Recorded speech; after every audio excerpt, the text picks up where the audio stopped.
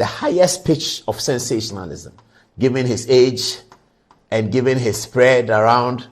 The sensationalism, Iwua Darko would have had the highest pitch of it, and it would have gained the NDC campaign some percentage points. His age as well, his connection with the youth, the fact that he was a parliamentary candidate and was able to mobilize students at the University of Ghana. It was when he ran in parliament in 2012 or so that the NDC got the highest number of votes in the University of Ghana polling stations in Ayawaso, West Wuogon. It demonstrates that Mr. Iwua Darko has a certain connection with the youth and he's able to mobilize it. And that would have set the campaign differently. If Iwua Darko had been made a running mate and he had decided that he's going into the universities in KNUST to organize a walk over there, that's his alma mater, by the way. He goes to Legon to organize a walk over there. That's where he campaigned to be parliamentary candidate. He goes to UDS. He's the kind of person that could have the magnetic attraction from students and young people to follow him and to work on the campaign. That's what Iwua Darko would have brought to John Mahama's ticket. I think it would have been a very sensational ticket. And in terms of youth mobilization effectiveness, Iwua Darko may have been able to achieve that in a much bigger way. Also, Iwua Darko comes from the Ashanti region. He is famously known to come from Dwabin, where his father was a chief. So he is an integral part of Ashanti, and in terms of mobilizing to secure Ashanti votes away. So I'm thinking that Iwua Darko would have been a particularly very, very good and sensational ticket. So we move on to the next stanza of the conversation. To do that, let's break through with Jane Nana Opoku-Agyeman's montage. Congratulations, madam. She is the NDC presidential running mate.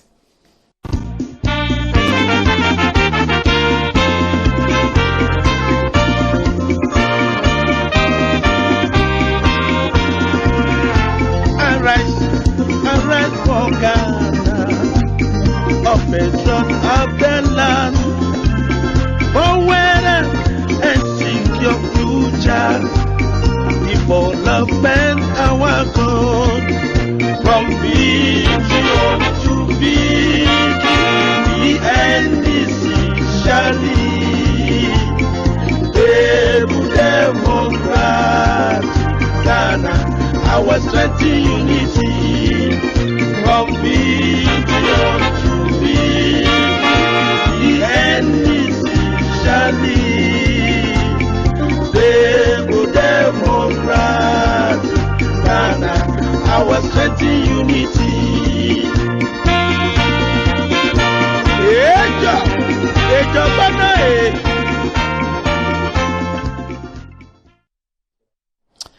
All right, so there's another story about the NDC running mate. We're going to talk about it. What President Mahama has done today also generates another narrative. It means that since 1992, when the politics of Fourth Republic started, in every election since 1992, the NDC had a Fanti on the ticket. Every election, 92. Okay, let's start here. 1992 was Konken Senaka, who is a Fanti who was on the ticket as a running mate. Eventually, the relationship didn't end well, but yes, he was.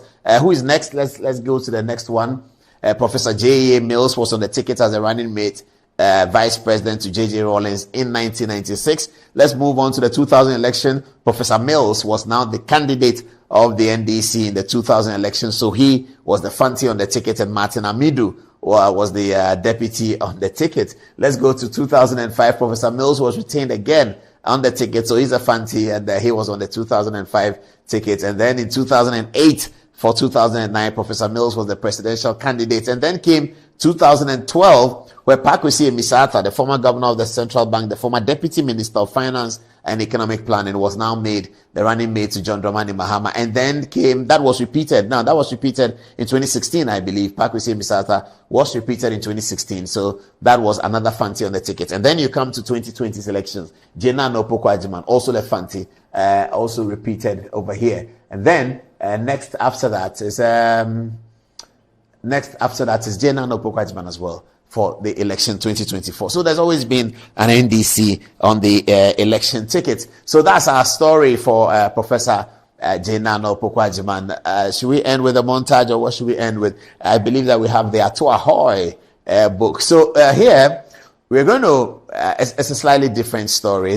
It's almost related to the Jane Nana Opoku-Agyeman story, but we just looked at the book and we thought there's some story in there that we can share with our viewers. Let's move on to the stories. The story is about the attempt, as Kwame Nkrumah put it, the attempt by Flight Lieutenant Rawlings to get Professor Mills out of the NDC ticket for the election 2008. This is a story also about betrayal, because as Kwame Nkrumah puts it, J.J. Rawlings was asking friends of Professor Mills to betray him. Let's see what the story starts. It's quite long, so if we don't finish, we'll continue next week, but because we have other stories to deal with tonight. Okay, Professor Mills, he said, had not hidden the fact that he had been having health problems from the time that the 2004 elections ended. His condition had taken him to China, South Africa, and the USA for treatment. It was while he was in South Africa that rumors about his alleged terminal illness began to circulate, most of it attributed to Ecospio-Gabra and some text messages he was alleged to have sent to President Rawlings after he had visited Professor Mills in South African hospital. President Rawlings also allegedly used his newfound friend, Herbert Mensah, a former chairman of Asante Kotoko Football Club, to spread the rumors even further that Professor Mills was too sick to contest the 2008 presidential election and that the NDC was looking for a replacement candidate. Some of Professor Mills's closest friends within the NDC also joined the rumor bandwagon, with Spio-Gabra being touted as the likely replacement because he, Spio-Gabra, had come second at the Legon en Bloc presidential primaries. It was rumored, however, that Spio-Gabra himself as being used as a decoy for a possible entry of Mrs. Rawlings into the race as Professor Mills's replacement. With hindsight, this view may not have been far-fetched, given that in 2011, Mrs. Rawlings was to challenge Professor Mills in the NDC presidential primaries when Professor Mills was the incumbent president. On one occasion, it was actually reported with great firmness in sections of the media that Professor Mills had died in a South African hospital. It took a hastily arranged interview with him by Radio Gold for the rumor to be dispelled. There were even rumors that the South African doctors had predicted that Mills would not live beyond August 2008. The agenda to replace him, therefore, became more frantic, with some Professor Mills' so-called closest friends working closely with President Rawlings and others to replace Professor Mills as the NDC presidential candidate. In that connection, President Rawlings tried to get Professor Mills to step down or be replaced as the NDC presidential candidate for the 2008 elections, after he had been elected by the party in his 2006 Legon en Bloc Congress. The idea was for Ecospio-Gabra to replace him, having placed second at the Legon en Bloc Congress. It was also widely rumored that it was indeed President Rawlings and his wife who had sponsored Ecospio-Gabra and Eddie Annan to contest against Mills at the 2006 Legon en Bloc Congress. With regard to Eddie Annan, I can confirm that it was not a rumor because I have personal knowledge of Rawlings' sponsorship, not financial anyway, of Eddie Annan to contest Professor Mills. Okay, do they want me to end here? Let me do a last one, then I'll be wrapping up. In the run-up to the December 2006 Legon en Bloc Congress, Eddie Annan used to invite me, Kwame Nkrumah, to breakfast with him at his residence near Togo Embassy on Saturday mornings. At one such breakfast meeting, Eddie mentioned to me that he had decided to contest the NDC presidential primaries against Professor Mills and wanted me to inform Professor Mills for him. I, Kwame Nkrumah, was stunned. I said, Eddie, but Professor Mills is your very good friend. He comes to swim in your house every morning. Why do you want to contest him? His answer was, don't you know that Prof is not well? Okay, let's move on. I told him, this is Kwame Nkrumah speaking to Eddie, he said, Eddie, you are a businessman and so you don't take unnecessary risk. You know that nobody in the NDC knows you, apart from the small coterie of friends you have in the party, including myself. For you to decide to take this risk, you must have been up to it by a very high personality in the party. And looking at your association within the party, it is only Jerry Rawlings and his wife, or both of them, who could have convinced you to take such a risk and contest against your own very good friend, because I believe you know your chances of winning are zero. Wow, that's an interesting conversation. Eddie got angry and said that I had insulted him because in my answer, I was insinuating that he did not have a mind of his own. That was the end of the joint breakfast sessions between Eddie Annan and I. After that, he never invited me to his house again.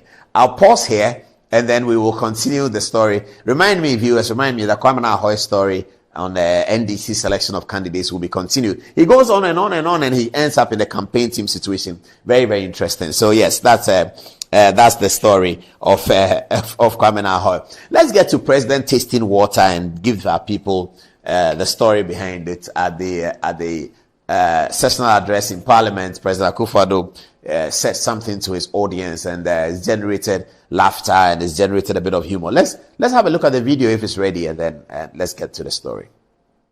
Everybody who knows me knows I don't drink alcohol.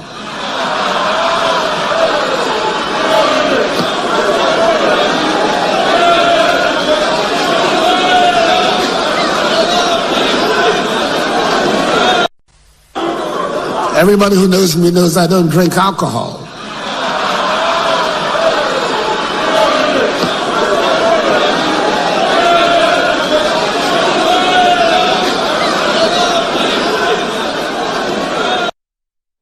Everybody who knows me knows that I don't drink alcohol. So why did Nana Akufo-Addo, the President of the Republic, say that to parliamentarians? Was it in his speech? No, it wasn't in his speech. So during the session, and those who were there heard it, those who were in the chamber heard it. So the guy, the thing that they're pouring the water in is opaque. It's not like this that you can see that it's water. It's like it's not here today. It's like my flask. It's opaque.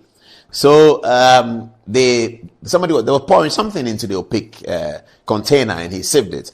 And then one of the minority members, I think 2 or 3 of them maybe, shouted at him in like a bit of heckling. You know how they do it in Parliament. Shouted at him and said that, "What are you drinking? Mr. President, what is it that you are drinking? What are you drinking?" So when the president spoke in response to that, and then so he knew that the person was insinuating that he was drinking alcohol or something else because it was in an opaque material. And so the president said, "Everyone who knows me knows that I don't drink alcohol. And therefore, it is not alcohol in the opaque. It only can be water." That's the story behind it. Members of Parliament were discussing it when I arrived in Parliament this morning. They were having a conversation about it.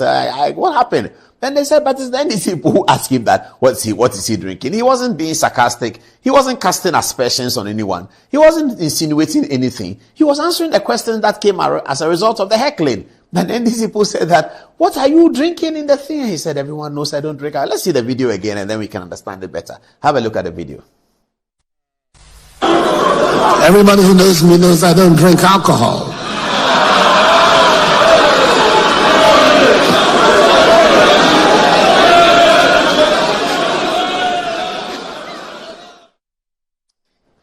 Okay, so that's how it goes. That's the end of that story as well. Now, let's get to the other big story. But before I do that, let me just invite text messages to come in now on Professor Jenano Pokwajiman, and President says I don't drink alcohol. Let people interact with the situation here. Later on, we're talking about LGBT as well. So, social media viewers are ready now. Social media editors are ready now. Let's take the set of text messages that's coming on this one. Let's take the text messages. Okay, so let's dig into our text messages. Coming from Augustine Asari Donko.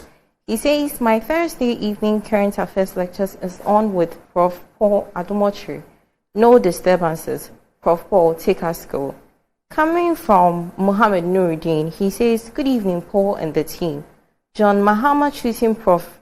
Nana is not a surprise, but what we want them to know is that this same Prof during her tenure as an education minister couldn't provide chalk to teachers. Just inform them that Dr. Bawumia is coming." Also coming from Baba Suleiman, he says, "I like the counterfactual analysis, Paul." Coming from Kweku Opuni, he says, "Paul, it seems like every corner of this upcoming election is going to be record-breaking." Lastly, from Hamdan, he says, "Apostle Paul, help me extend a heartfelt congratulations to Honorable Haruna Idrisu for JM picking Professor Jane Nana. It's a clear indication that the NDC is automatically suggesting that the next ticket of their party is Jane and Haruna after GM." And coming from our sponsor, Blue Jeans Energy Drink. Blue Jeans Energy Drink has been on the Ghanaian market for over 20 years. We already know what it does for the body. It contains vitamins and nutrients like vitamin B2, B3, B6, B12, as well as taurine and guarana, which are known to boost your strength and energy, as well as promote high performance and endurance. Blue Jeans energy drink has been tested and tried. It is indeed the best. Blue Jeans energy drink is for bold and active men and women. So go on, grab a cold can, and power your day. It is in shops nationwide.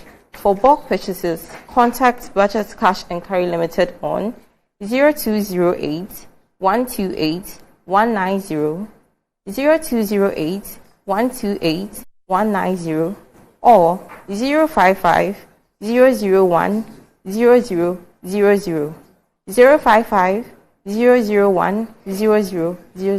What do you have for us, Internet? Okay, so Matthias Wameno says that the NDC has taken the people of the Volta region for granted. The region is an NDC World Bank voting machine. Fifi Kwete, where are you? We would go to the northern part of the country and talk about Dr. Bawumia. Now, Augustine Asari Donko says, is Mr. Mahama concerned about the future of the NDC or not? Per the Constitution, Mr. Mahama is allowed only one term, which is 4 years. Whether he wins or loses, he has only one chance. Choosing Prof. Nana Opoku-Agyeman, who is not well-known NDC politician, and her age not well known as well, doesn't help the future of the party, which means that 2028 will be a challenge if NPP maintain Dr. Bawumia. Mr. Mahama is on his way to kill the NDC forever. Abdullah Mankarigu thinks that the NDC picking Nana Opoku as the flag bearer, so as a running mate, he says the same players for him, the same coach, the same referee, and another mysterious defeat await the NDC. Now, Joe Boy says if Mahama fails in 2024, he will present himself in 2028 too. That is why he won't choose someone who can compete with him in the next NDC presidential primaries. Zygote Radford says the NDC keeps saying that the economy is in bad state, yet they are coming to this election with JM or Jane not understanding economics nor finance. How can such ticket do anything meaningful to revive the economy, as they say?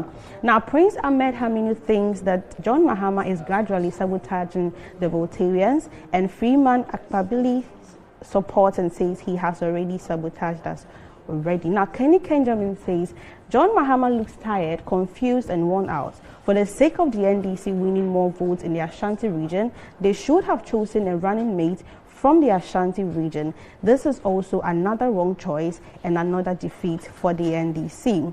Now, lastly, Noah Mankora says, my name is Nora, watching you from Pusiga in the north in the Nkwanta south of the OT region. Thanks for watching. What new, he asks, is the prof bringing to the economy? Now, from our sponsor, Almin Alternative Medical Hospital. Almin Alternative Medical Hospital is the first to modernize herbal and homeopathy medicine in Ghana, with our trained and experienced medical practitioners from KNUST, combined with state-of-the-art medical equipment.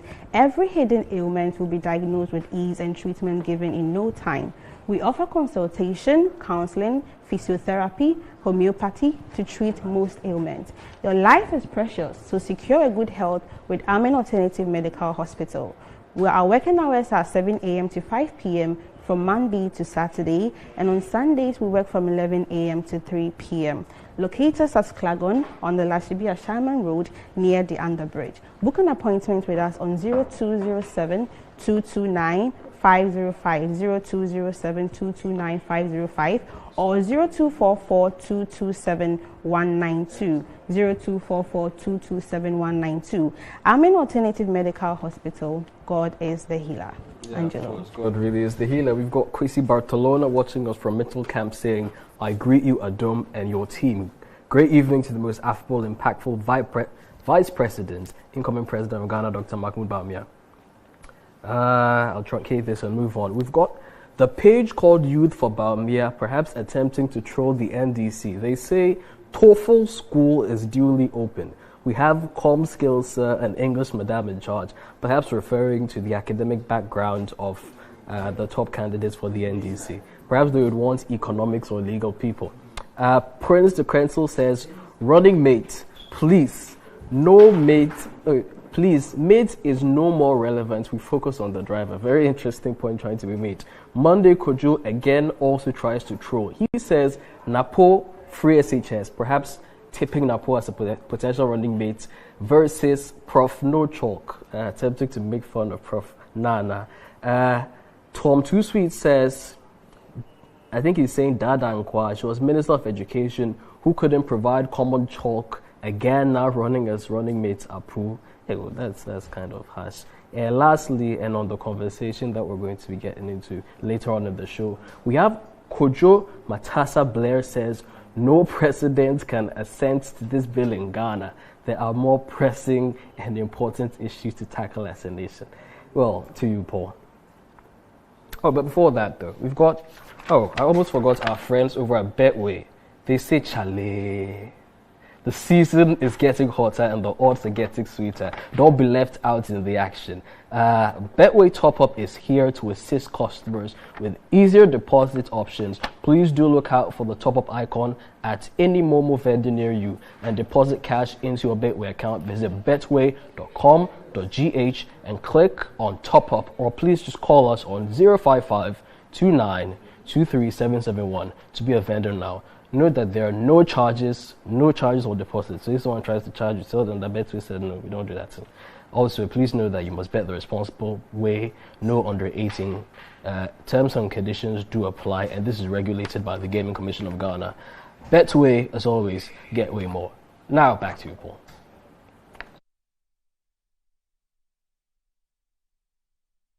Welcome back, and thank you very much for your interest in the program. I like the text messages and the people's enthusiasm about it. So let's get on there with the stories, yeah? So 2 stories we have more to do, the Attorney General story and then the LGBT. That's a crucial one.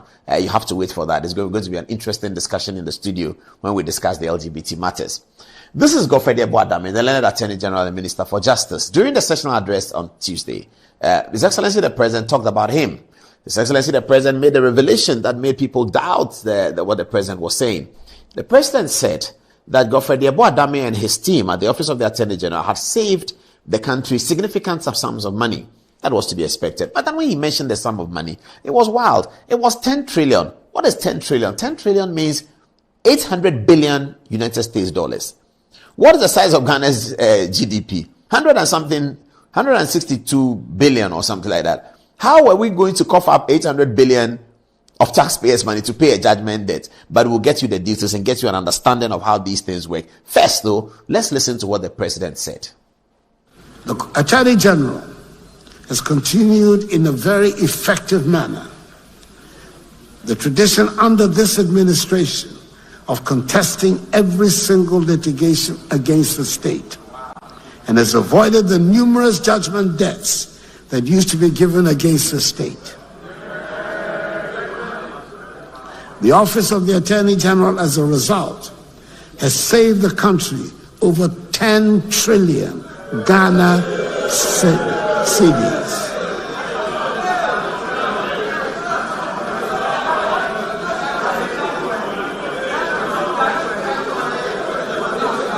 All the evidence is there. I shall be performing a pleasant duty in a few weeks' time when I commission the Law House, the 12-story office building which will house the offices of the Attorney General and the Ministry, and finally bring to an end the age-old office accommodation problem. I must declare a personal interest in it, as the building was started when I was Attorney General in the government of President John Agyekum Kufuor back in 2001. Mr. Speaker. Okay, so we're all waiting for the commission of that Law House project that he talked about. So you had the consternations in Parliament after the President mentioned the figure, 10 trillion.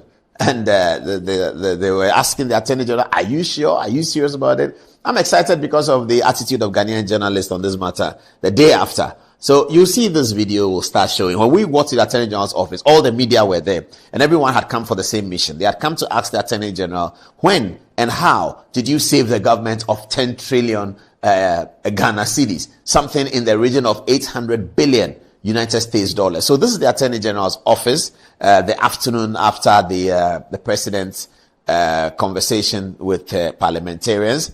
This is the office of the Attorney General and the Minister of Justice. This is the building that they are leaving to go into the new one that the president says is going to commission. So I got in there later than my crew, and all the journalists were seated everywhere. So I walked into the Attorney General's reception to find out what is happening, and then we went in. The setup began. This is the wall of the Attorney General's office. As Nana Addo Dankwa Akufo-Addo, there is Obeda Samoa, Papa Usman Kuma, Nia Yukweutu, and others. The Attorney General then walked in later. He had been in a meeting somewhere, so the journalists had been waiting for him. When he came to the office, he was welcomed by his deputy, the Honorable Tuya Yeboah. This is myself and CTFM's, which is Sky, and we were hanging out in the Attorney General's office trying to put their questions together. This is Kojo Yankson of Joy FM, who got the first shot of the interview with the Attorney General. Tuya Yeboah arriving to shake hands with Kojo Yankson and myself in the Attorney General's office. Back to the walls, and you have that's the Attorney General's Director of Communication to my right. And so here is a setup. We're putting a setup together. Tuya Yeboah is very hands-on. He was helping us put the setup together, and the Attorney General had the documents in. And these are all the journalists were there ready. Daily Guide, Daily Graphic, Ghanaian Times, Peace FM, UTV. Everyone was there. That's Joy FM got the first shot. Did I say that? So this is the setup for Joy FM to finish their interview, and then all the other media had their turn with the Attorney General. I was having a conversation with Richard Sky, who was in mask. We had a few jokes and chats around. As I said, the Attorney General didn't give us a reception and a refreshment, but next time I'm sure he would. So we enjoyed ourselves having the interaction with him. But it's always great for democracy when journalists go to the minister to try and ascertain the fact. I think Ghana's democracy is growing, and this was a very classic example of it. All the journalists showed up in the minister's office, and there is a document. The Attorney General shared the documents with all the journalists, and there everyone looking at the documents. This is the Attorney General when he granted the interview to Joy FM first. This is Joy FM's Kojo Yankson seated with the Attorney General in his office. This was the first shot. I'm sure that the video will be on Joy News, and those of you look at it can see it. After that, other media houses then got their opportunity. The Attorney General had to be clear with all his documents. He put all together to be sure that all the scan was correct. We scanned it. And then here again, what's he doing here? He's sitting down for the Joy FM 1, which was the first one. And after that, everyone else participated in the interview to ask him questions. That's the Attorney General on the floor. So, all right, so that's the story. That's what happened at the Attorney General's office yesterday in the afternoon when all journalists went there to try and go and see him.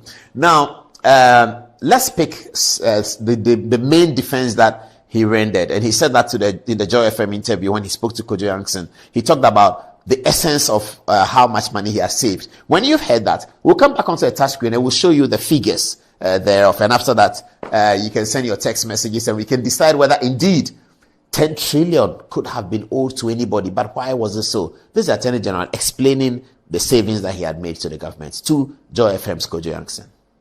The president grossly underestimated it, and it was actually my doing, because every minister has a responsibility of bringing to the president's attention the work that the minister has done. And in presenting my report, I deliberately understated the account, just not to raise unnecessary eyebrows and to be unnecessary sensational.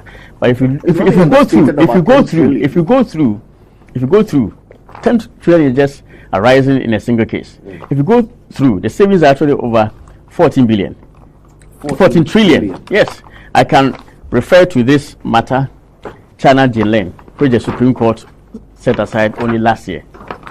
The judgment that year, if you look at the figure here, originally, and then all the time, Ganashir was in the High Court of Justice, I think in Kumasi or so. The transport minister actually came here, made a lot of noise about it because it affected his account and all. And we took it up and compared to situations where ministers and the also administration would team up and orchestrate and facilitate judgment debts. It's this amount of 352 billion. So that the figures are even dizzy. You can't even 352 million Ghana cedis. 352,662,144.41 pesos. and then an amount of almost $1 billion, $988 million, 294,313. That is it. So almost $1 billion plus 325 million Ghana cedis. So the Supreme Court again in 2022, after 2023,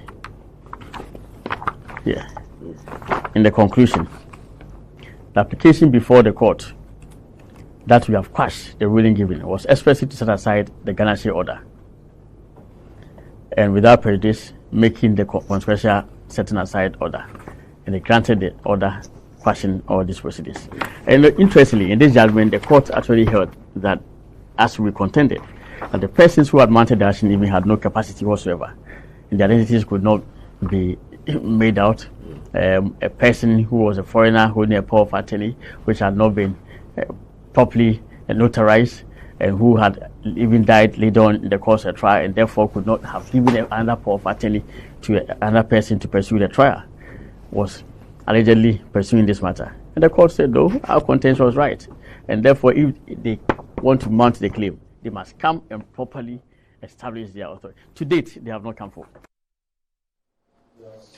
That was the Attorney General speaking on the facts of, he spoke to Joy FM in that interview, on the facts of the things that had been, the facts of the figures that the president had rendered. So this is one of the cases. And it's Africa Automobile, that's the big one. Ministry of Employment and Power and Development. That's the big one. How much was saved in that one? So this is the 10 trillion. This is the company that was asking for I'm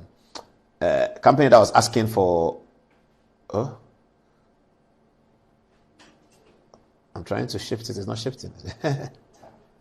Oh, tap. Okay. Thank you. I'm old. Technology is defeating me. So I tapped the 10. It came. So this 10 trillion is the equivalent of 800 billion USD. That's the 10 trillion. It's the equivalent of 800 billion USD. Okay, let me stand here correctly. So there you see it, 800 billion USD. Now, how is Ghana government, and somebody said this is totally ridiculous from the president, how is Ghana government, whose GDP itself is less than 800 billion, is going to be able to pay an 800 million judgment debt? And that's a reasonable question, isn't it? So the thing started from the ministry of the contract. Under this contract, some people were contracted by the Ministry of Ministry of Employment to provide vehicles and motorbikes for the ministry to supply to Ghanaian workers, were to get motorbikes and some buses for ministries to take them here and there, so they cut down their public transport. Some kind of interesting arrangement like that. Not too bad, but that was the arrangement. And this was set out before Mr. Kufuor became president, 1999, something like that. That's how far it goes. This was set out before Mr. Kufuor became president. And then the contract didn't happen because some chief director, people looked through the documents and felt that something was not adding up, so the contract didn't happen. In between, the Public Procurement Authority law was passed and all of those things. So it changed a few things. Then, after 8 years of waiting, the people, the contractors, the supposed contractors, those who were going to execute the contract, after 8 years of waiting without claiming anything, and this is how typically judgment debts work, viewers. Typically, this is how judgment debts work. A contract is being concluded with the government in 1999. It doesn't happen. The people who were to execute the contract don't make any claim in 2001. They don't make any claim in 2002, 3, 4, 5, 6, 7, 8. They don't make any claim. Then they show up in 2009. As soon as the people that were doing the contract in 1999 returned to power in 2009, they show up with a contract. That's the problem, that's the canker of the judgment debt. The canker of the judgment debt is what I'm describing. People enter into a contract with government to execute one thing or the other, or to provide some service or the other. It doesn't happen. Government goes away. Other people come and look at the contract and say, this contract is not a good contract. We're not going to take it. They don't say anything. They don't make any claim. They don't write any letter. They don't complain. They wait until 8 years. The people come to power. We'll deal with this contract in some more detail when we go. We'll show you the personalities who were involved. The personalities who were chief directors at the ministry, who also became high senior officials of the Mills administration in 2009, who we believe were behind these kinds of bogus claims. We're going to show you that in our next show. We're just gathering the information properly so that we can come. We're going to mention names that we know what we are talking about, because we think that such people who work in the governments of the time the contract was being done and then come back as high profile people in the next government 8 years later, their friends come back and they claim, they put it together and they say government owes us 10 trillion. So how did the 10 trillion come about? So what they did was that they added interest, compound interest. Principal plus interest since 1999, year on year, principal plus interest. So by the time Godfrey Yeboah Adame became Attorney General, they came to make the claim in 2009, ran through 2009 till 2012 after John Mahama. They're still making the claim. And then they now say they are claiming 10 trillion. Their lawyer is also a very well-known lawyer. The lawyer for this claim. We're going to talk about all that on Tuesday. Tuesday, we're going to bring back this contract and give you the details of what happened, what was said in court, what the judges said, what the Supreme Court said. We're going to tell you everything. And we're going to mention the lawyers who were making this claim against the government. So that's how it became 10 trillion. And that's the point the president was making. That if you people are going to have compound interest, then I'll go to parliament and tell the Ghanaian people that, in fact, after putting your compound interest together, you are claiming 800 billion, which is 105 times our GDP, that we owe you that money. We should pay you. A group of people who said they had a contract to execute a service for government. That's the point. That's what they do. That's the canker. We'll talk about the canker of judgment debt when we come to talk about this, and we'll name the names of the people involved. So this is it. 800 billion is what they wanted. What's the next story? The next case is, let me just rub the 800 billion from there. The next one is this. This one is the High Court in Kumasi, the Ministry of Road. That's China Beijing. This China Beijing matter was a simple matter. They had been contracted by the Ministry of Roads. This is all under Akufo-Addo's government. They have been contracted by the Ministry of Roads to put cameras around Accra. Those of you see that Accra in Kumasi, you see some cameras on the road, white-looking cameras. Yes, that one. So they were contracted by the Ministry of Roads to put the cameras. Government reevaluated, same government, Akufo-Addo's government, reevaluated the contract and thought that it was too high. And two, it should be domiciled at the Ministry of National Security, not the Ministry of Roads. Because this is security cameras they are putting across. It's not Ministry of Roads. Ministry of Roads are doing the road. Doing the road, they have to provide the basis for cameras to sit on the road. So they might have some cabling done, etc., etc. But the execution of the work and the purpose for the work is a national security matter. So it became a conflict between the Ministry of Roads and the Ministry of National Security. Roads had awarded it to one contractor. The Ministry of National Security wanted to award it to another contractor. So the Ministry of National Security proceeded to terminate the first one and to award a new one. And then they went to court. What were they claiming? They were claiming, this is the one. They were claiming 988 million United States dollars, almost $1 billion. This is the claim they were making. The Attorney General goes to court and he falls that claim. And he's able to make arguments in an arbitration, where the arbitration agrees with him that Ghana government is not going to pay 988 million. You must have an Attorney General who thinks that as part of his responsibility, he should challenge the claims being made by people, whether it's Alfred Woyome, whether it's Paul Adumochi, whether it's China Beijing. He should be able to challenge it. And that's what has happened here. And that's why the president had to put it in a sessional address.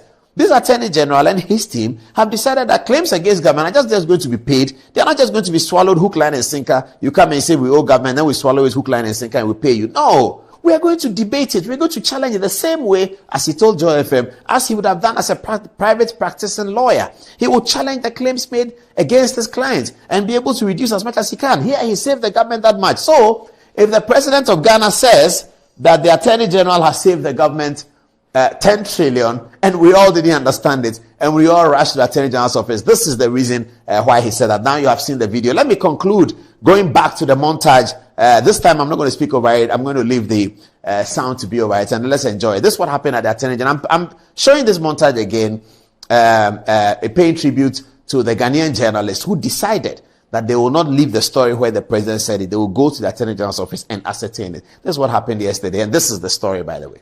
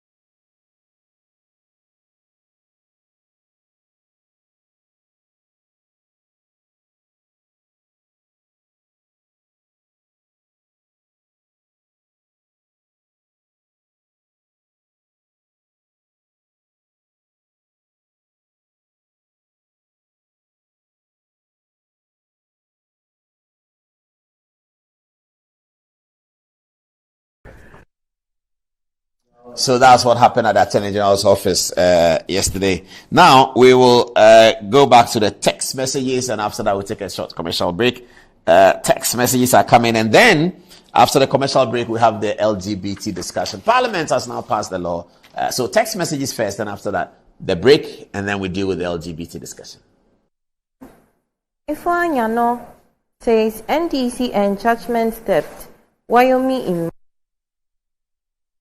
Ifeanyabua. She says if it had been in NDC government, it would have been jackpots. He says if for nothing, Nana has done us a big favor by having an Attorney General who is able to save us from all these judgment debts. Apostle, maybe you should one day analyze Mohammed's Attorney General and how much judgment debts he was able to save us from.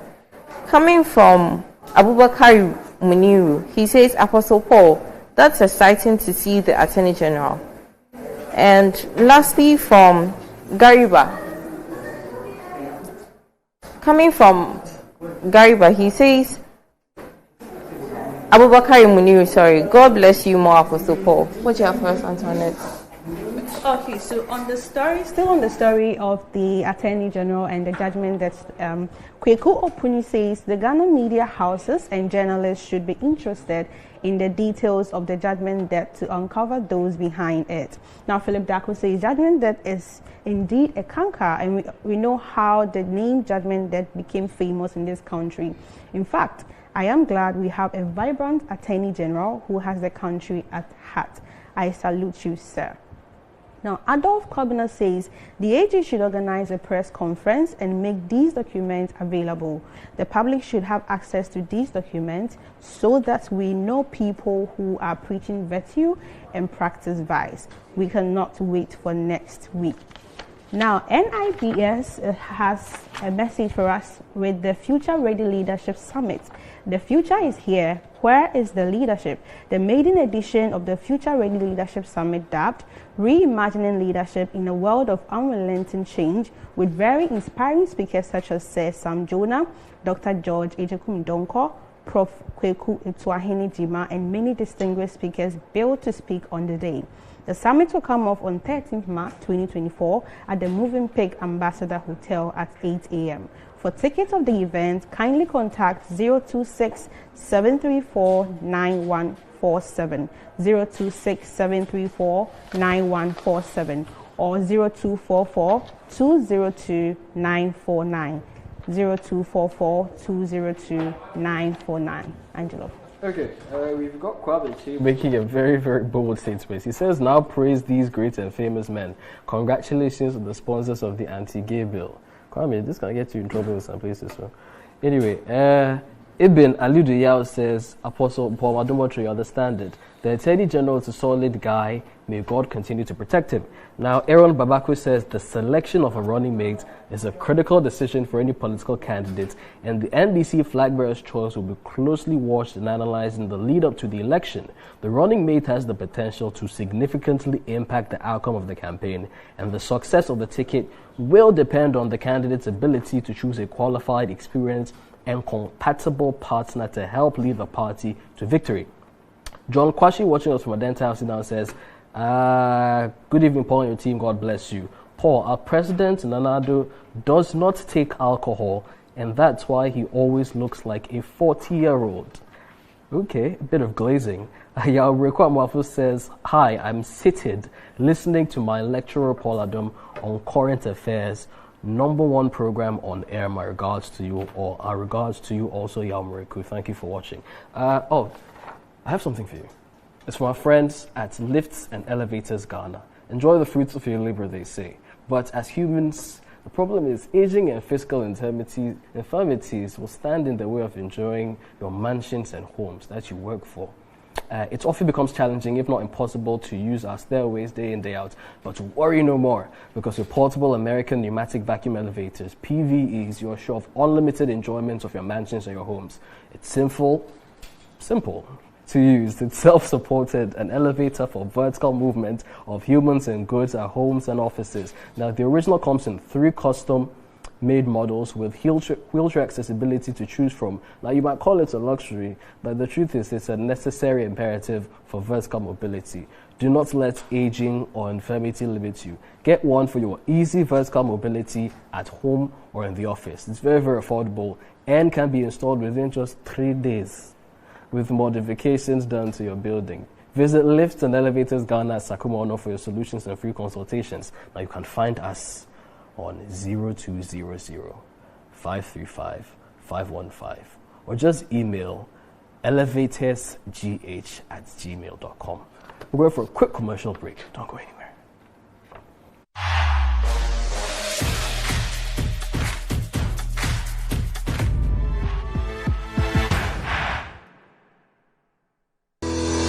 Enjoy the fruits of your labor, they say. But as humans, aging and physical infirmity stands our way of enjoying our mansions and homes. It often becomes challenging, if not impossible, to use our stairways day in, day out. With portable American pneumatic vacuum elevators, PVs, you are assured of unlimited enjoyment of your mansions and homes. It's a self-supported elevator for vertical movement of humans and goods at homes and offices. The original comes in 3 custom-made models with wheelchair accessibility. Call it luxury, but it's a necessary imperative for vertical mobility. Do not let aging or infirmity limit you. Get one for your easy vertical mobility at home. It's affordable and can be installed in just 3 days without modification to your existing building. It's however easier to incorporate it at the construction stage. We also have traditional Fuji elevators and escalators for your high-rise buildings and malls. Visit Lifts and Elevators Company Limited at Sakuma Ono for your elevators nationwide. For free consultation to call or WhatsApp us on 0200-535-515. Lifts and Elevators, the elevator people.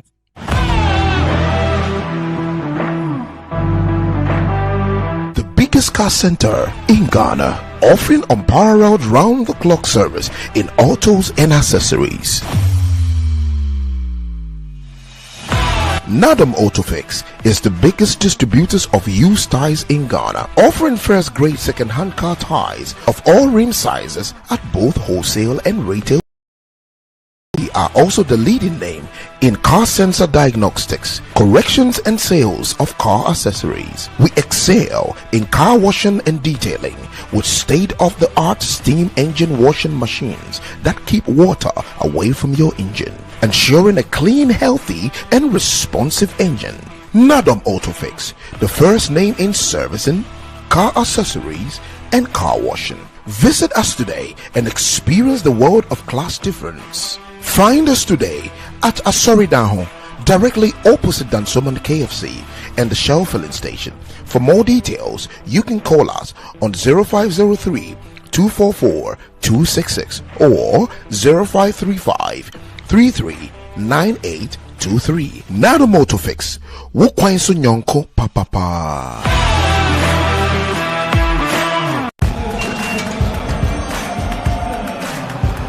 We are back, bringing you the latest lineup from Betway. Betway starts strong with their front two, with Free Play Friday and Swipe Bet. In the middle, you've got all the control with Cash Out and Build a Bet. Plus, with Win Boost, you can boost your sports bet. At the back, they have Smart Picks and the Partial Daily Jackpot. You always get way more with Betway. This advert has been vetted and approved by the Gaming Commission of Ghana. Bet responsibly. No under 18. Terms and conditions apply. Betway. Get way more. Anti-cavity, gum protection, brighter teeth and fresh breath. I'm a fat missy way. The Pacho Bantama. Machasi. That's a cycle. Her smile, the fresh breath. Me, Gidi said we use Cal 360 toothpaste. Some kind. Cal 360 toothpaste. That's here. Cal 360 toothpaste. It's a gum protector. Onim Jom Kasa. Cal 360 better one.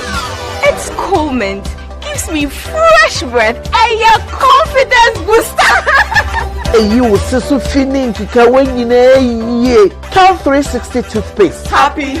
Cal 360 toothpaste, anti-cavity, gum protection, brighter teeth, and fresh breath. Cal Happy Smile. This advert is FDA approved.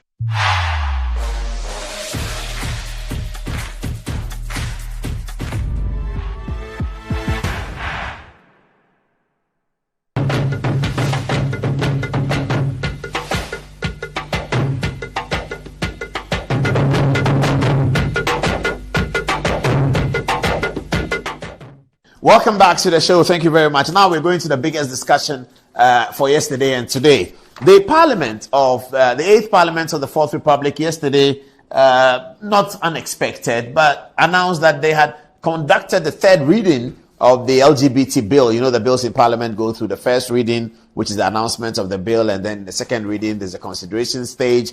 Thereafter, they have the third reading. After the consideration, the question was put by the Speaker, and the bill was passed unanimously by the Parliament. Now, the bill is on its way for presidential action, but we are hearing that there may be court action against it. What we are going to do on the touch screen right now is to tell viewers, get viewers to understand everything about everything about the bill. That's what we're going to get viewers to understand now. Okay, these are not the key protagonists as such, but lawyer Moses Formoinin, happy birthday to you, Brother Fo, as we used to call him when we were growing up. They called him Abeku. Back in Burma camp, and he's 60 years old. Brother Fo has been a powerful advocate in this society for all things good, especially sport and proper sexual behavior. Brother Fo, congratulations. Sam George has been a leader on this bill for a significant part of the journey of the bill. Congratulations for getting it passed, Sam George, the Member of Parliament for Ningo Pram Pram for the NDC. Alexander Afenyo-Markin threw spanner in the works of Sam George the last time when he called for some process that delayed it. We speculate now that Afenyo-Markin and the people who think like him are headed for the Supreme Court to organize an injunction of sorts or something, and we don't know what application they're going to send to the court. Our responsibility tonight, as we always do, is to bring to you viewers the full conversation about this LGBT bill, left, right, center, and etc., etc. So let's get to the conversation. What are the provisions of the bill that the opponents of the bill are finding problematic? Here they are. So the bill is entitled Human Sexual Rights and Family Values Act 2024. Now, the application of the bill is one of the early conversations that the people like Professor Tichua Menu would have with this bill.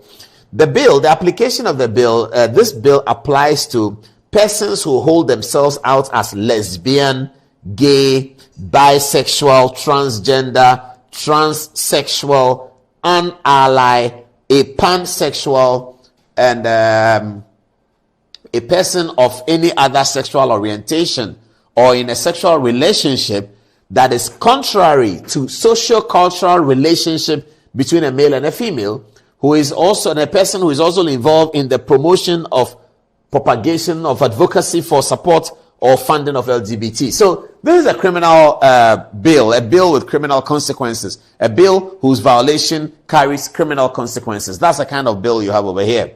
Now, the constitutional lawyers and drafters are raising a first fundamental question about this provision, this particular one, VII, where it says the relationship, the bill is prohibition against any person with a sexual orientation or in a sexual relationship that is contrary to the social cultural relationship between a male and a female.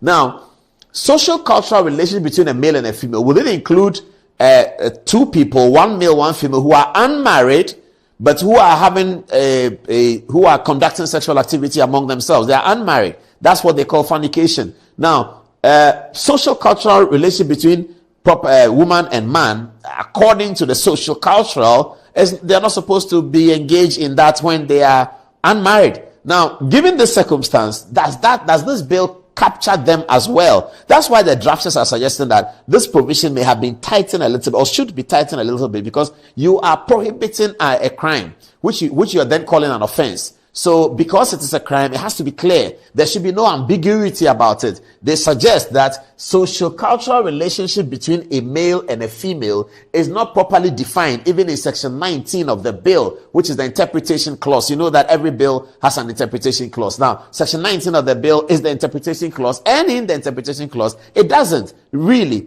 clearly or at all define socio-cultural relationship between a male and a female. So that's the first problem that the drafters are looking at on this bill. Let's move on to the next thing. So C says that any person who provides or participates in the provision of sex or gender reassignment, surgical procedure, or any other procedure intended to create a sexual category other than the sexual category of a person assigned at birth, except where the procedure is intended to correct a biological abnormality, including intersex. Or, so they are talking about when you're born as a woman or you're born as a man. And we have always fought the LGBT people who say that somebody is not a man or a woman. How is somebody not a man or is a woman? A human being is either a man or a woman. An animal is either male or female. A goat is male or female. There's no transgender. There's no transgender dog. There's no transgender anything. So human beings are male and female. The binary conversation, isn't it? Now, we are getting concerned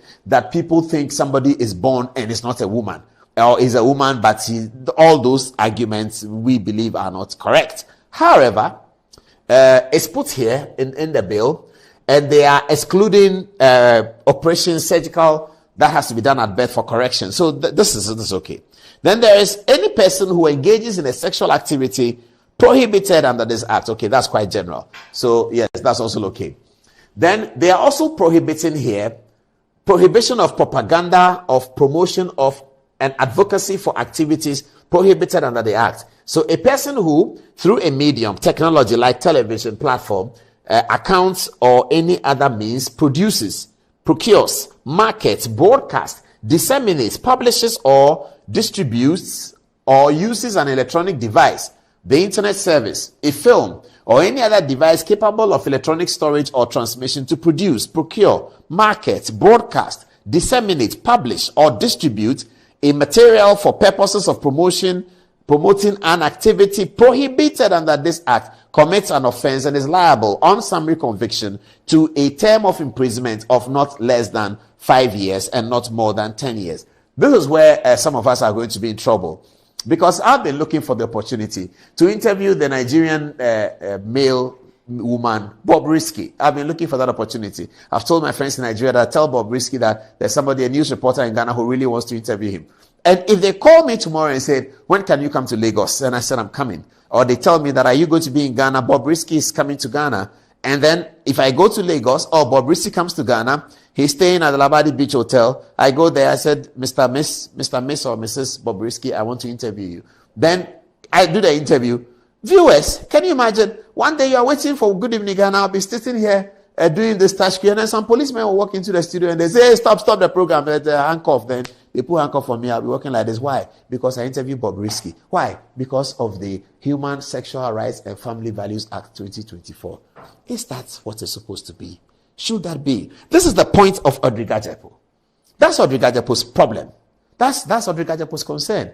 Should there be an amendment of this part so that something can happen?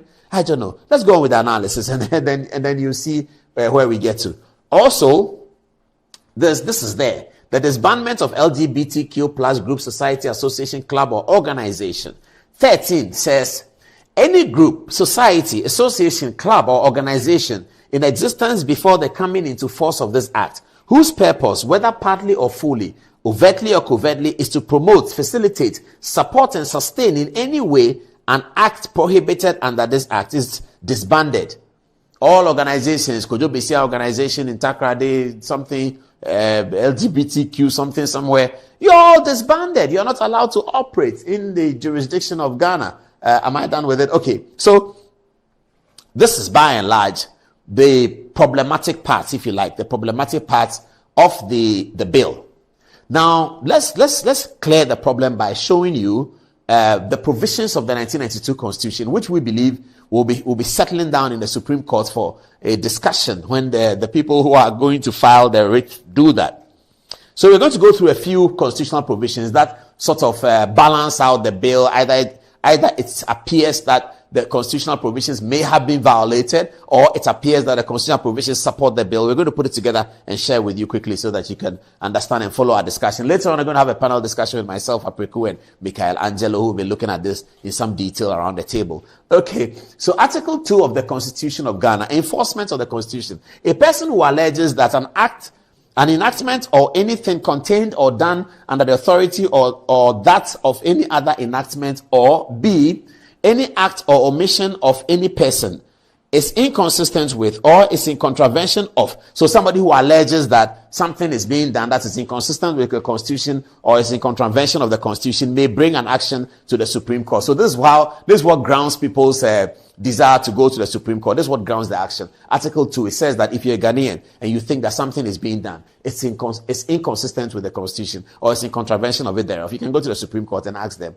to deal with it. It continues here, every person in Ghana, whatever his race, place, or origin. So this Article 12, this is one of the rights guaranteed under the Constitution. Let's read it. Every person in Ghana, whatever his race, place of origin, political opinion, color, religion, creed, or gender, shall be entitled to the fundamental human rights and freedoms of the individual contained in this chapter, but subject to respect for the rights and freedoms of others and for the public interest. So this is an interesting one. The proponents of LGBTQ bill, the anti-LGBTQ bill, are going to rely on the public interest written here. It says that every person in Ghana shall have rights to enjoy his freedom, blah, blah, blah. And he must know that he must have respect for the rights and freedoms of others. The anti-LGBTQ people, those who don't like the bill, are going to say that there's the rights and freedoms of others. The rights and freedom of others is the person's right to belong to any society. His right to belong to the LGBT society. His right to be gay or lesbian. His right to be that. They consider that as a right protected by the Constitution. The other side is going to say that people must respect, in terms of their rights, they must respect the public interest. Those proposing the bill are going to say that Ghana is cultural and we don't like that, and therefore the public interest is served if you are banning LGBT. Let's move on and see what's next. Article 17, it says, a person shall not be discriminated against on grounds of gender, race, color, ethnic origin, religion, creed, or social or economic status. A person shall not be discriminated against on grounds of gender, race, color, ethnic origin, religion, creed, and social or economic status. Now, this does not include LGBT, does it? That's section 17. So the proponents of the bill are going to say that your article 17, it doesn't say LGBT because it lists a few things: gender, race, color, ethnic origin, religion, creed, or social or economic status. It doesn't say LGBT. So LGBT is not one of those rights captured under article 17. Before you say that, let's go to article 33. Slide. Okay, 33 is here. Now, it says, the 33 appears to be qualifying 17, isn't it? It says, the rights, duties, declarations, and guarantees relating to the fundamental human rights and freedoms specifically mentioned in this chapter shall not be regarded as excluding others not specifically mentioned, in which are considered to be inherent in a democracy. So it says the rights that have been mentioned will not exclude those that have not been mentioned. Those rights that have not been mentioned that can be considered to be inherent in a democracy and intended to secure the freedom and dignity of man. What is democracy? Where is democracy coming from? Democracy is coming from the United States of America. That's where democracy is coming from. So what is inherent in a democracy? Is it Ghanaian culture that's going to determine what's inherent in a democracy? Or is the American ethos of democracy that's going to determine what's inherent in a democracy? So those who are saying that is the American ethos that's going to determine what's inherent in a democracy, they will say democracy came from America. And one of the fundamental ethos of American democracy is the freedoms, the rights of people to exist how they want to exist, the right of Bobby Risky to convert himself from a man to a woman.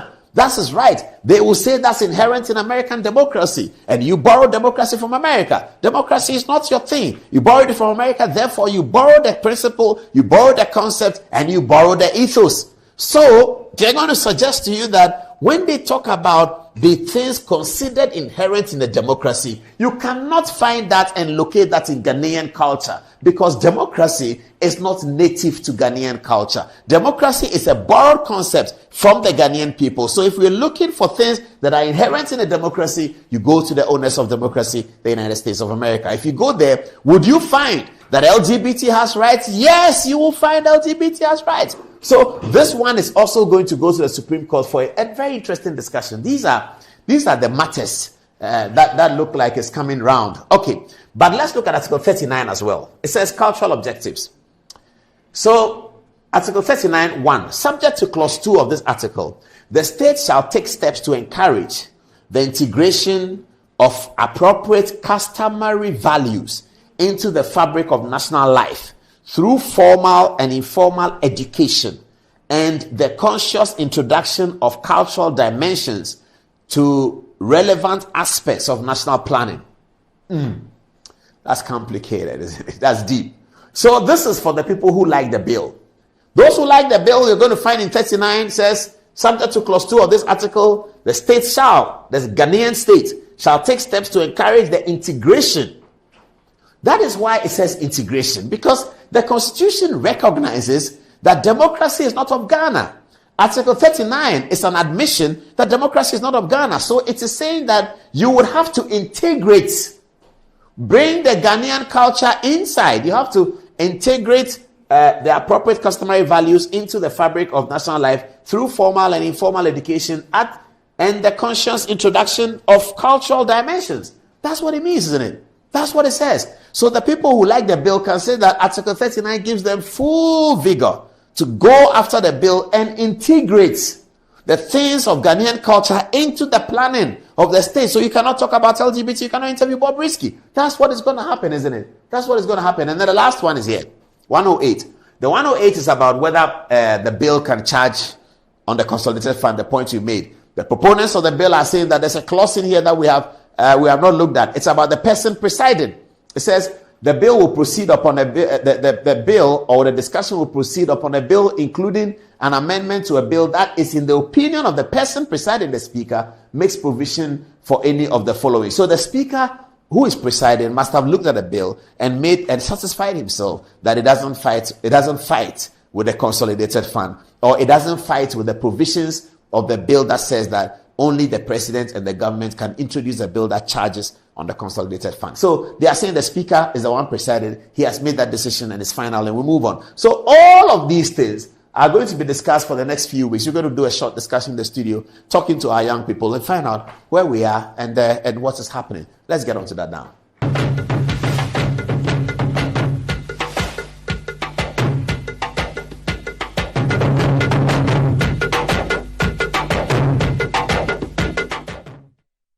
Okay, welcome back, and this is a roundtable discussion about LGBT. Mikael, what did you find? How is the reaction? So I was concerned with the international response to this, and I have to say that Ghana has enjoyed quite a bit of publicity.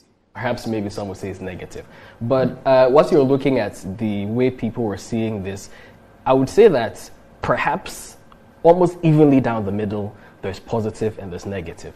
As you know that there's a very, very strong culture war going on in the United States and the UK about the American governments have said that we run the risk of economic difficulties. They have said that. Yeah.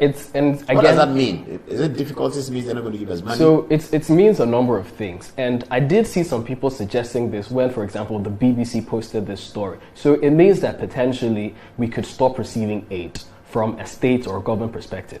From a civilian perspective, it might mean that private investors will say, I don't like what's happening in Ghana. Or maybe I'm a gay businessman. Are you going to arrest me the moment I arrive in Ghana to do business? So those are the two potential challenges. But I don't know if you watched the interview that Vladimir Putin, for example, conducted with Tucker Carlson. He was trying to make the case that, well, when you keep trying to sanction people, eventually you yourself will start to suffer because you're cutting yourself out from the rest of the world. So maybe, I don't know how this whole sanction thing will work. But now going back to the way people were receiving this positively, the reason a lot of people were quite positive about this, I saw a number of people actually attempting or saying that they would actually be happy to move to Ghana because these are Americans really saying this. Very, very interesting. The culture war, and before I even continue, I'll have to say that this issue is so complicated and so controversial that you have to be very, very careful when you talk about it. Maybe it's not as developed, the conversation in Ghana yet, so people don't get fired for saying certain things. But in other parts of the world, you have to be careful when you talk, because the slightest thing, you offend a certain group of people and you're in trouble. So the reason a lot of people are happy about this kind of law being put out is because they feel that historically, the LGBT community has been considered victims. They've been victimized. gay people have been beaten up, lesbians killed, and so on. But now they feel that the tide has turned, and it has gone from the LGBT community being bullied to them being bullies. So they feel that this situation has become such that now you can't even voice some kind of disagreements with some of the actions that are taken in favor of the LGBT community, some criticisms you might have of some members of the LGBT community. They feel as though this stuff is being forced on them. It's gone. Let's look at the influence of money. The people who are pro the bill are angry with Afeni Makin and all the Akuto power, and forgive me, may he rest in peace. Techo Aminu and others, when they said that, oh, they want to take money from some people somewhere. Now, Techo Aminu is saying that the people pushing the bill, they've taken money, because it's the same bill that is in Uganda, in European countries. It's the same bill going around the world, and it's created by an American guy who lives in America, who has met with all our people here. That's her allegation. What's the role of money in pushing this agenda? It's very important. So, I mean, you have to know, I'm sure Apreku would have said to Is it true that there's money both ways?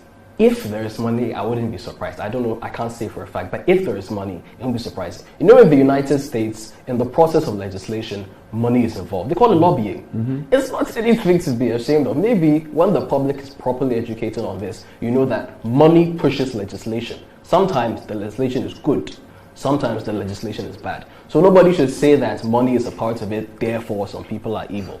Maybe the education should be done, but money is a part of legislation. You need money to make laws happen. You need there's a lot of heavy logistical stuff that goes into it. You need money to make it happen. Constitutional observers like me are very excited, waiting for this test to appear before Parliament. And yesterday, one lawyer was saying that if this goes to appear before the court, that if this matter goes to the court, it will be bringing one of the major tests to the constitutionality, to the Constitution, and the role that Parliament can play in passing the laws, and whether the Supreme Court will hesitate to say Parliament has done something, I don't want to go in, or they are going to say that this thing Parliament has done is unconstitutional. The more interesting part is the potential restraining order on the president. That are they going to, the Supreme Court going to rule that yes, they have granted a restraining order on the president, etc., etc. What do you think? And people say it's good at this time, and some people are concerned that this is a time we should have had Justice Kulendi Modibo Kranis should have been there, Kuluje should have been there, Date Ban should have been there, Kofi Kumado should have been on the panel to look at this matter in detail for us. How do you see it going out in the court? Well, first and foremost, on the question of whether the Supreme Court or the judiciary should hesitate, this question has actually come up before in the Constitutional Review Commission under Professor Atta Mills, former president of Ghana. And the Constitutional Review Commission actually recommended that instead of it being changed through an executive action, it should be submitted to the Supreme Court for the Supreme Court to make a determination to that effect.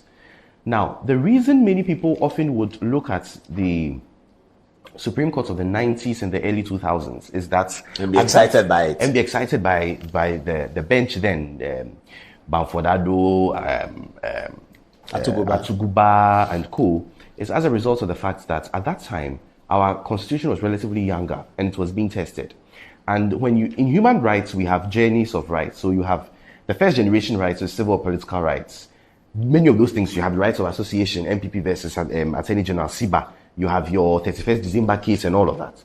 But as time goes on and when the democracies develop, when those things are settled, we then move to another realm of discussion of rights. So then you have things like feminism coming up. You have things like LGBTQ rights coming up. Second generation. So these are second generation. These are rights. Second generation rights. Second generation rights. These are not what our grandparents would have fought for, would have done chobwe for. And so, well, when you say their first world rights, what do you mean? Feminism is for everybody. Feminism means what, by the way? The fact that women should assert themselves. Well, not assert themselves per se, but women should equally be given an opportunity to be at the table. Women should go to school. Women should. There was a time. Yeah, but that's not anything close to LGBT. No, I'm saying it's generational. So, for instance, when they were fighting Rawlings, these things wouldn't have come up. No, we are fighting a military. I mean, we're fighting to have a constitution. Exactly. So we're fighting for constitution. We're fighting for freedom of speech. We're fighting for freedom of association. It wasn't so much about the contents of the constitution, but just the constitution. Yes, that has term limits. So now we've crossed that hurdle. Yeah. So this is a new hurdle. We are finding new rights. Exactly. This is a new hurdle. In fact, even environments, the right to enjoy clean air. In some places, it's a big deal. It's a big deal, and it's now even coming up in Ghana. You have cases like Center for Public Interest Law versus Tema Oil Refinery. So it is a generational thing that's come. I think it's a good discussion because it gives institutions the opportunity to, the institutions we pay for, the opportunity to do their jobs we pay them for. And so what's the need of having a Supreme Court and giving judges salary is to make determinations on these matters. Now, the problem I have with an attempt to place a restraining order on the president would be that it purports to usurp the process and the decision decision-making power given to the president in that instance. Because the president can decide to say, okay, I don't want to send it back to parliament. I will not approve this. It is his right under the constitution, particularly in Article 107 to do so. 106, 107, 108 to do so. If we go and place a restraining order on the president, it makes it difficult. But you see, the flip side of that is that in the constitution, generally, the judiciary doesn't, or is not supposed to poke into the internal affairs of other organs when those acts have not been done or have not been determined. So if it is a process, you cannot just... So the president may go ahead to sign, and then you can go to Supreme Court and say... based on this law... But at least Parliament has passed it. So one part is concluded. Yes. So you can bring an action against Parliament. But you see, the thing is that even though Parliament has passed it, what Parliament has passed has not been effectuated. It can only be effectuated when the president signs. So Parliament has created the body. It is left for the president to breathe life into the body. If the body has not been... But if what is going before the president is illegal, or we suspect that what is going before the president is illegal, a restraining order surely should lie. You see, the thing is, for matters of human rights, that would be so. That would be correct. That in human rights... But there's a human rights application. Yeah, that's Article 33. As it were. No, this application, when it goes before the Supreme Court, contains an essential human rights part. It contains. That's what I'm coming to. That even though Article 33(1) says that even if there is an intended or imminent breach of the Constitution concerning human rights, you can sue.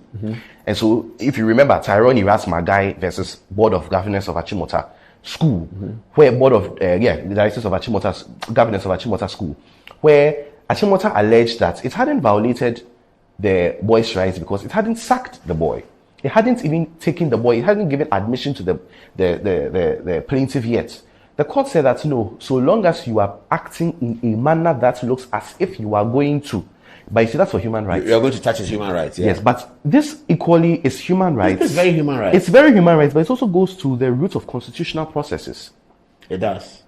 So it's human rights, but it's also so you're saying people may suggest that the Supreme Court should not be able to truncate a constitutional process outlined by the 1992 Constitution. Yes. They can say that the bill is illegal and it runs counter and is inconsistent with the provisions of the 1992 Constitution.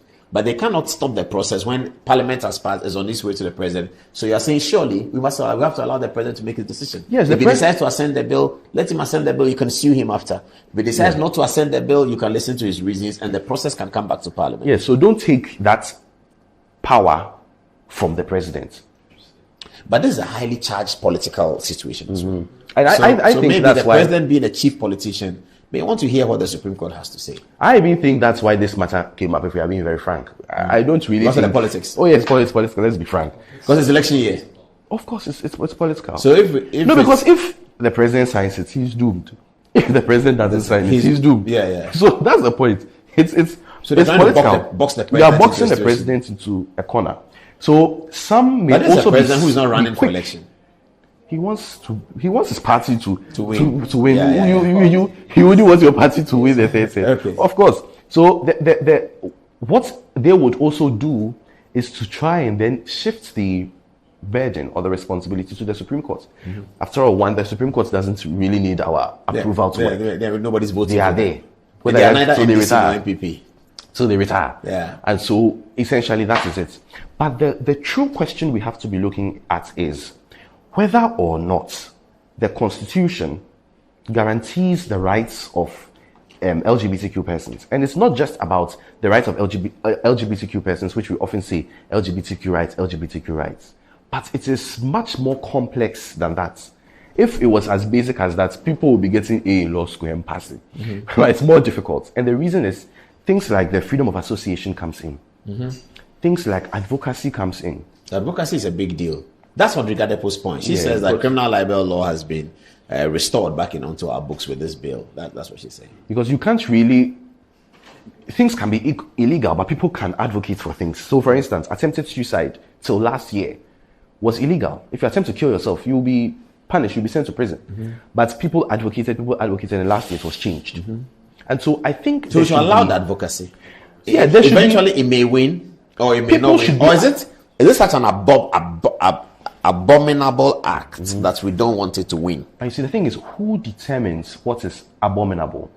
I am sure in your constitutional law class, upon reading the constitutional history of Ghana, you observe that there was a time where the support for Kwame Nkrumah was high, such that people could easily say, well, this is a man that says that he's going to sack judges, but we still like him, let's vote for him. At that time, and you would wonder, what was going through the minds of our grandparents to vote for such a policy?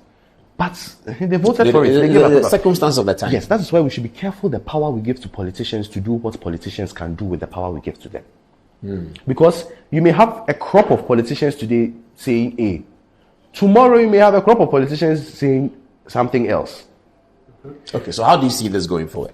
What's going to happen? We should wait to see who goes to court and how they go to court and how the outcome is. But we equally should be careful what we put in materials for educational purposes of children, because Sam George says that initially he really didn't care what people did in their bedroom, but upon hearing that the advocacy they put in the curriculum, attempt to put in curriculum, children of 7, 8, 9 years old were being introduced to certain things, he was alarmed, and rightly so. And so there should be a balance, and the Supreme Court should be charged with the responsibility to come out with a decision. Miguel, is it important to young people on social media? I would say, because people know, people care. We are the ones going to inherit the world as it is. So I would imagine that, and I have seen the conversation. But what is the view of young people who are between 21 and 26? Do they think that, let's get on with it? So typically, it's a very popular narrative that young people are liberal. As they get older, they become more conservative. So as that now, typically a lot of people are liberal about it. But when you are forward thinking, you would recognize that I should look at this a bit more closely. And on this issue that the point Aproko was making on how we should regulate what we allow politicians to do. A lot of people are in favor of this bill because it is on Christian lines, it's cultural, it's moral. But we are looking at the processes being used. Are they foolproof? Are they legally airtight? Because we don't want a situation where 20 years from now, this same legally questionable approach can come and remove the bill and create something else for us. Okay, that's our short conversation. We're going to go on to be talking about this for a while. We're going to link now to social media. Are we getting text messages on this one? I'm sure they are. Let's see. Janet starts with a laughing emoji saying, Mr. Miss Bobrisky, hey, Mr. Paul, you will kill a person. No, I love this show. Keep up the good work. God bless you. Coming from Quiz Media Pod, he says they must respect our culture and traditions which frown upon LGBT. Again from Quiz Media Pod, he says democracy comes with responsibility. Coming from Augustine Asari Donko, he says what will happen to the young men who are on TikTok portraying women character? Are they promoting transgender or just acting? Lastly, from Charm William Benjamin, he says, we live to see how things go. Yes. So Kwame Sapon says, Paul, kudos for the enlightenment on the anti-gay bill vis-a-vis the Constitution.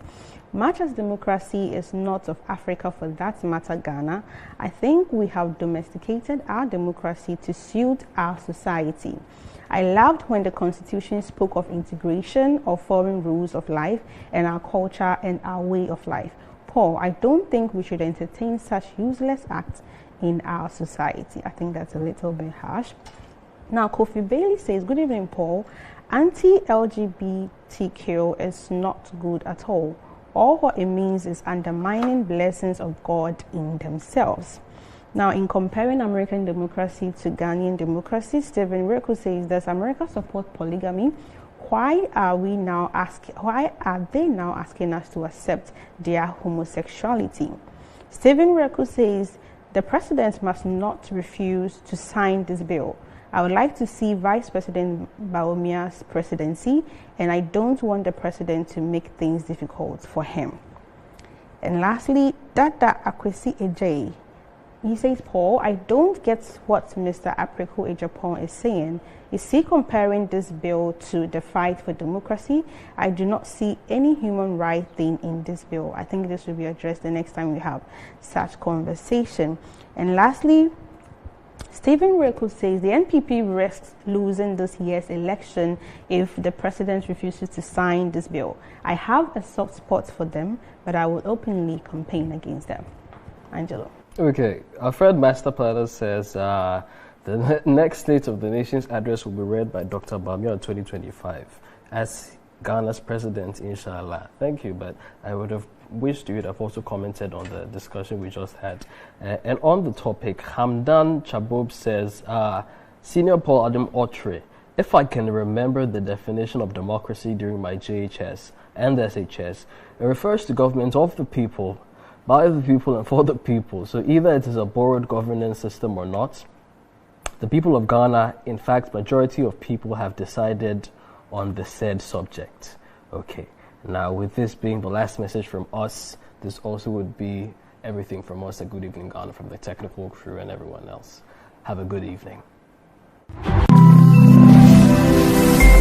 Metro TV, insightful and inspiring moments.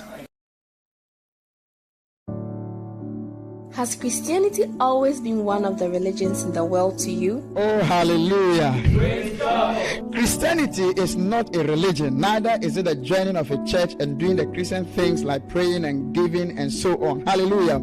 Christianity is the outworking of God's own kind of life received into the spirit of a man. Whoa! This divine life in the heart of a man makes him righteous, keeps him healthy, divinely guided in life, prosperous and victorious.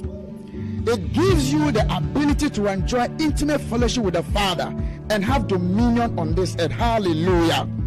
This is what awaits you if you will wholeheartedly believe that Jesus is the Son of God raised from the dead and personally confess Him as the Lord of your life. Glory to God. Hallelujah. Join Dr. David Binder on the Good Life Devotion every Monday to Friday on this channel and receive truth that will usher you into exhibiting the divine life.